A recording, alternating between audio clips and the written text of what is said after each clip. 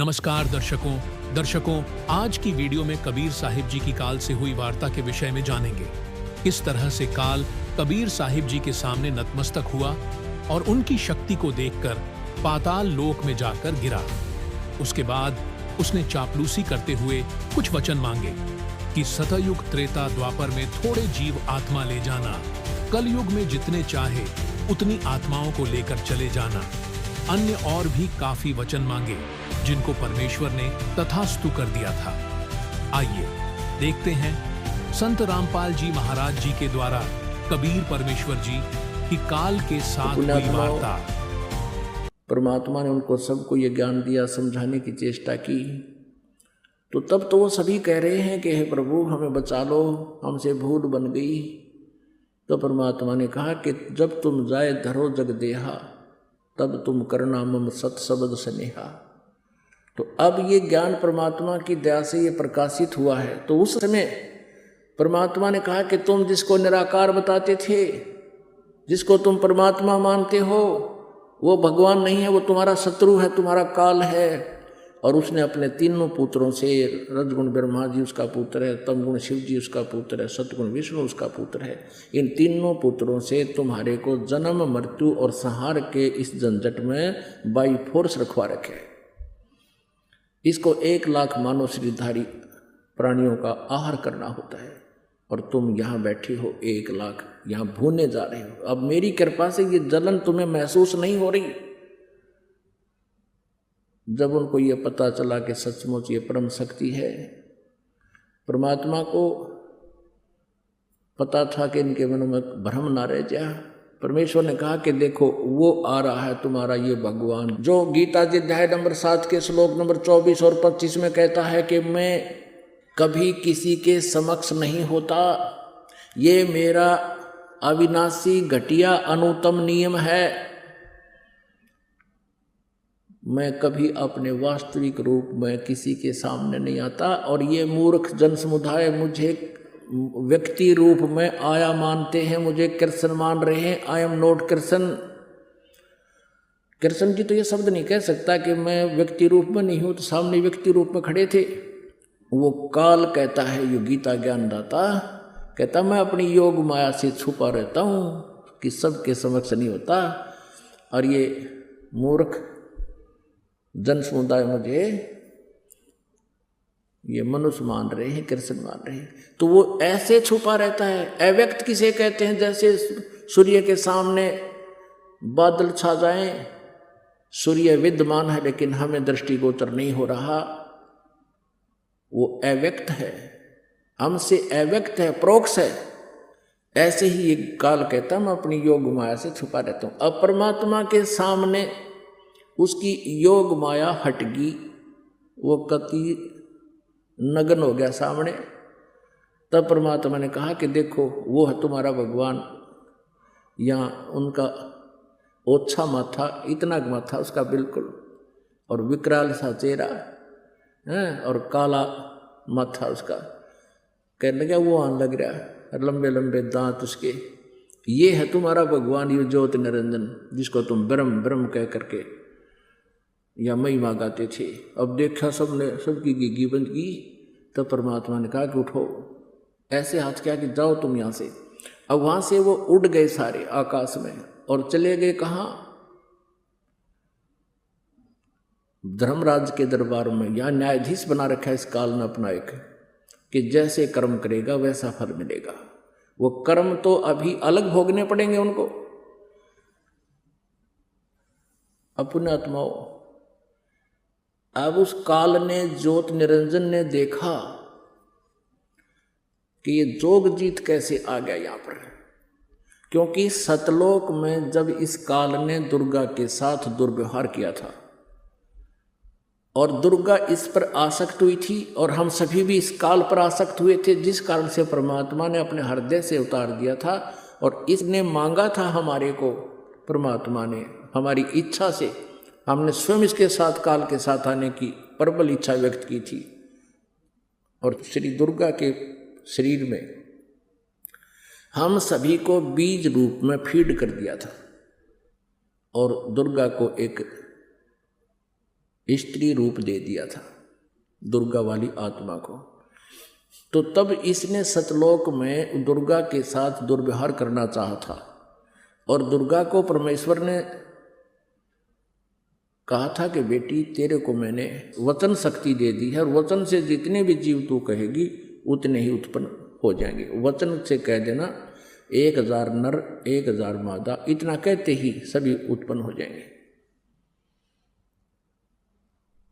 लेकिन इस काल ने दुर्गा जी के साथ दुर्व्यवहार करना चाहा था। इसने अपनी इज्जत रक्षा के लिए दुर्गा जी ने, माया ने काल के पेट में शरण दी थी। तब परमेश्वर जोग जीत का रूप बनाकर अपने पुत्र का, जो सतलोक में 16 पुत्र हैं उनमें से एक जोग जीत भी है, जोग जीत का रूप बना करके काल के लोक में, पहले ये 21 ब्रह्मांड वहीं पर थे सतलोक में, वहाँ पर आए और दुर्गा को काल के पेट से निकाला, अष्टंगी को,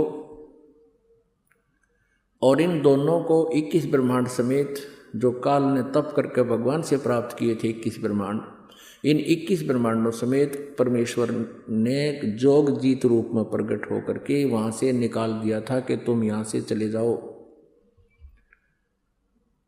और उस दिन से कहा था कि तूने 1 लाख मानव शरीरधारी प्राणियों के खाने का श्राप लग गया है, आज से तेरा नाम काल होगा। तो उस वहाँ इसने फिर हाथ पैर भी जोड़े थे, मुझे माफ़ करवा दे भगवान तो पिताजी से जोगजीत, मुझे क्षमा करवा दे, मेरी तो गलती होगी, मुझे यहीं रख लो। तब कहा था कि अब तेरे लिए कोई ठिकाना नहीं, तू यहाँ से निकल जा। 21 ब्रह्मांड सतलोक से चल पड़े विमान की तरह 16 शंख कोश की दूरी पर, एक कोश लगभग 3 किलोमीटर का होता है।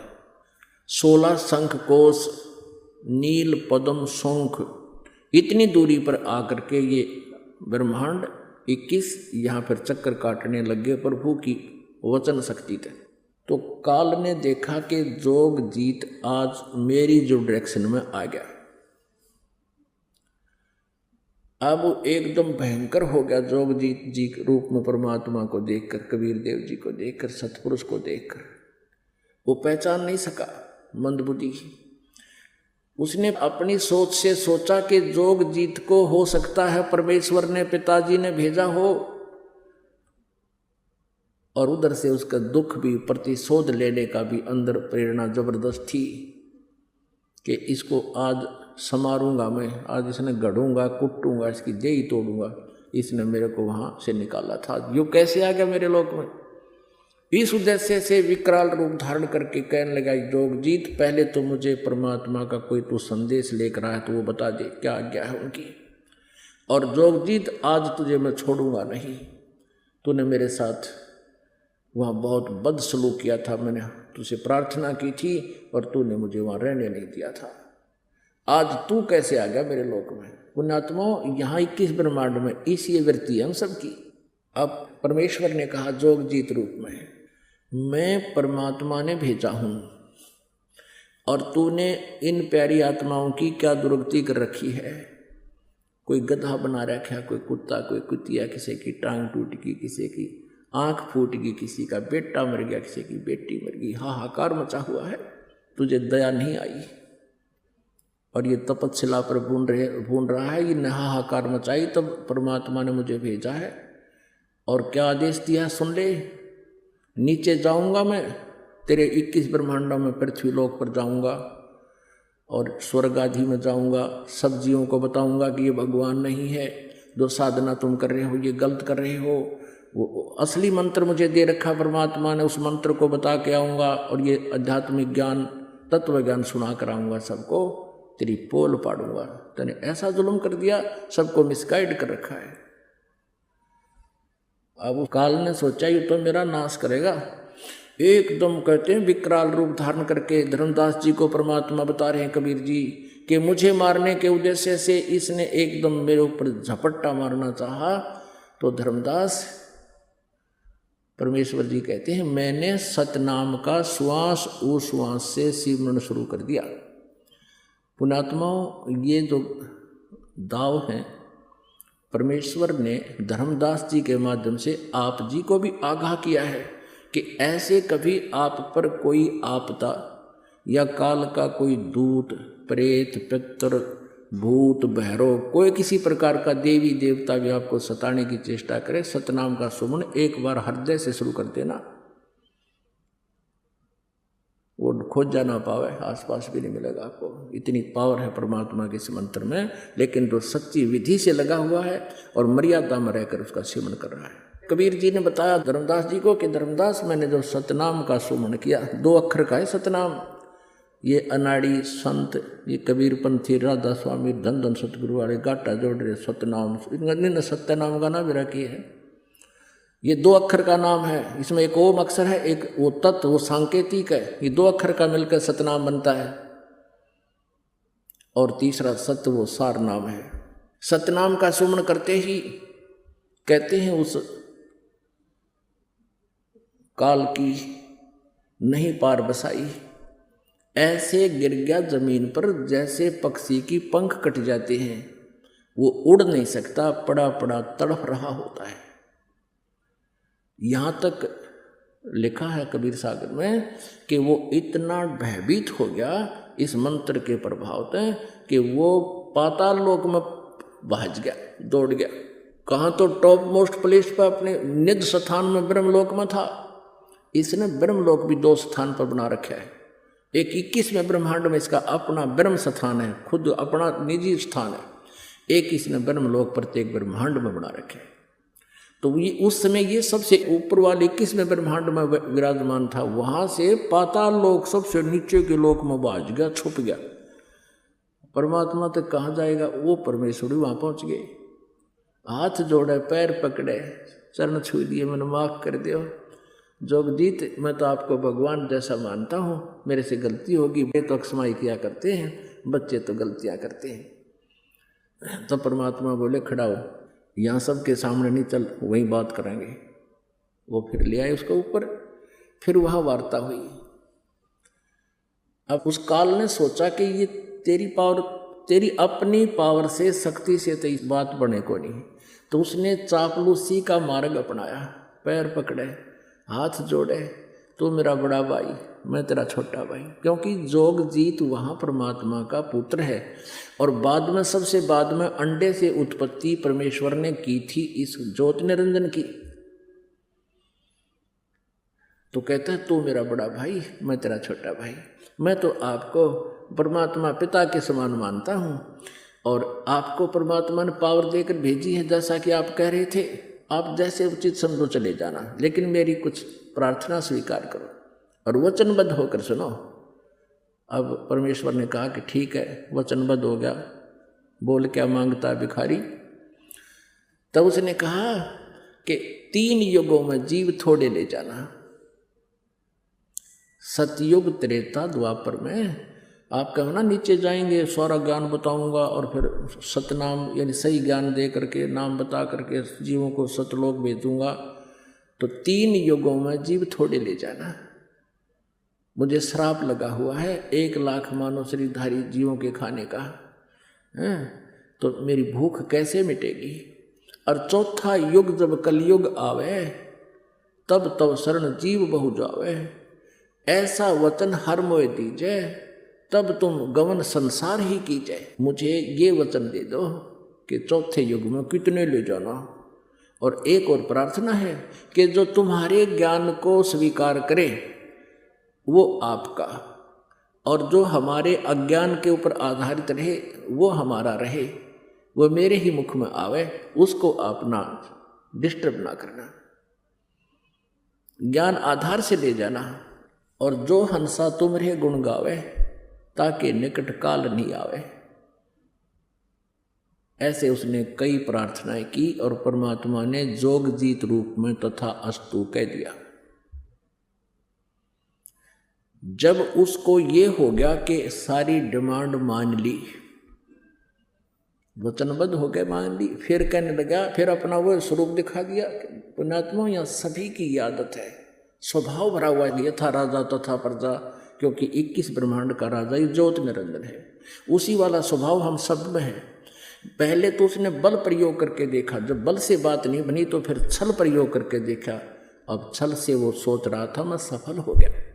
अब जब फिर उसने फिर अपने वही रूप दिखा दिया कि जोगजीत, जब तुम कलयुग में आओगे, कलयुग में लेने आएगा ना, अब तो सतयुग त्रेता द्वापर में तुम जीव ले जा नहीं सकते, वचनबद्ध हो गया। कलयुग में जब तुम आओगे उससे पहले मैं 12 पंथ नकली तैयार कर दूंगा। 12 पंथ करूं मैं साजा, नाम तुम्हारा ले करूं आवाजा। और 12 पंथ नाम जो ले ही, वो मेरे ही मुख में आन समोही। अनेक पंथ और मैं चलाऊं और नाम तुम्हारा ले गुण गाऊं। ये 12 पंथ तो अलग हैं, उससे और भी अलग पंथ न्यारे चला दूंगा जो कि काल के ही जाल में रखने वाले होंगे। अब इन 12 पंथों में गरीबदास जी महाराज का जो पंथ है वो 12वां पंथ है, कबीर सागर में लिखा है। और उससे पहले वो कबीर पंथी हैं 11, और वो सभी काल के पंथ थे। और 12वां पंथ गरीबदास जी का आया है। उस 12वें पंथ में परमेश्वर कबीर जी ने लिखा कि 12वें पंथ गरीबदास वाले पंथ में हम ही चल आवें और सब पंथों को मिटाकर एक पंथ चलावें।